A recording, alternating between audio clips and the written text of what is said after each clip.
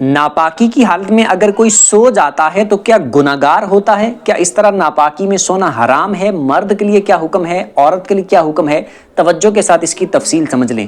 ناپاکی کی حالت میں اگر سو جاتے ہیں، جیسے مثال کے طور پر رات کے وقت غسل فرض ہوا، اب اس وقت کسی نماز کا ٹائم نہیں ہے، عشاء کی نماز تھی وہ ادا کر لیے، اب غسل فرض ہوا اور کوئی اسی طرح اگر ناپاکی کی حالت میں ہی بغیر غسل کیے سو جاتا ہے تو وہ گناہگار نہیں ہوگا۔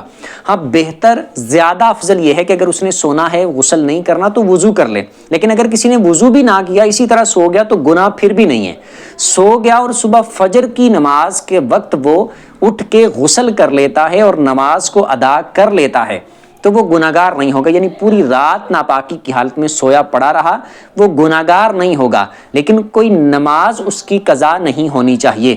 اگر وہ اتنی دیر تک سویا پڑا رہا کہ فجر بھی قضا ہو گئی، نماز ہی قضا ہو گئی، تو اب نماز قضا ہونے کی وجہ سے وہ گناہگار ہوگا کہ اس نے غسل کو اتنا لیٹ کر دیا کہ اس کی نماز ہی قضا ہو گئی۔ نماز قضا ہونے کا بھی گناہ اور غسل اتنا لیٹ کرنے کا بھی گناہ ہوگا کہ نماز ہی اس کی چلی گئی۔ باقی نماز قضا کوئی نہیں ہوتی، 2 گھنٹے 4 گھنٹے 5 گھنٹے یا پوری رات ناپاکی کی حالت میں رہتا ہے تو گناہ نہیں ہوگا، لیکن پھر بھی زیادہ بہتر یہی ہے جتنی جلدی ہو سکے غسل کر لیا جائے۔